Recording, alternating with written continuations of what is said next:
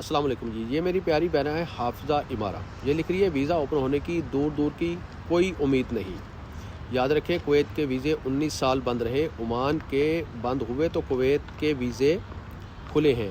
So please Oman का वीज़े का wait करना बेकार है। जी बिल्कुल, मैं इस बात पर एग्री करता हूँ, ये बात मैं मानता हूँ कि कुवैत ने पाकिस्तान के लिए 19 साल वीज़े बंद रखे और सल्तनत ऑफ ओमान के वीज़े बंद होते ही कुवैत ने सन के लिए वीज़े ओपन कर दिए। लेकिन याद रखने वाली बात यह भी है, ज़हन नशीन करने वाली बात यह भी है कि कुवैत ने जो ये वीज़े ओपन किए हैं पाकिस्तान के लिए, ये भी लिमिटेड कैटेगरीज़ में हैं और इसमें भी पढ़े लिखे हुनरमंद अफराद की ज़रूरत है। अगर ड्राइवर हजरात इन वीज़ों के ऊपर जाते हैं कुवैत में तो उनके लिए भी सर्टिफिकेट का होना ज़रूरी है। उनके लिए भी जो उनका एक्सपीरियंस लेटर है उसकी उन्होंने लाजमी शर्त रखी है कुवैत ने।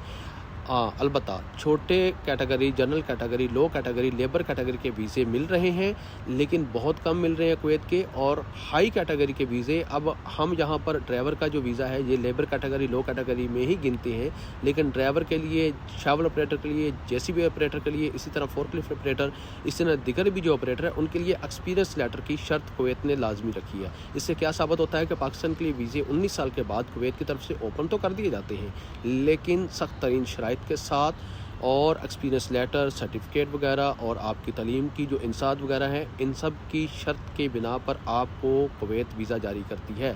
और सल्तनत ऑफ ओमान में ऐसा कोई कानून नहीं है। सल्तनत ऑफ ओमान में अब कानून बनने जा रहे हैं पाकिस्तान के लिए, लेबर कैटेगरी में भी और हाई कैटेगरी में। तो ऑलरेडी आपको पता है कि गैर कैटेगरी के वीज़े ओपन हो चुके हैं और उनके लिए सख्त तरीन कवानीन मौजूद हैं और जो उन कवानीन की खिलाफ वर्जी करता है तो उनके खिलाफ कानूनी कार्रवाई भी होती है, उनको रिपोर्ट भी कर दिया जाता है और ताहियात सल्तनत ऑफ ओमान के लिए बैन भी कर दिया जाता है। तो उम्मीद करता हूँ कि इंशाल्लाह जल्द पाकिस्तान के लिए ओमान के वीज़े ओपन होने जा रहे हैं। कब होने जा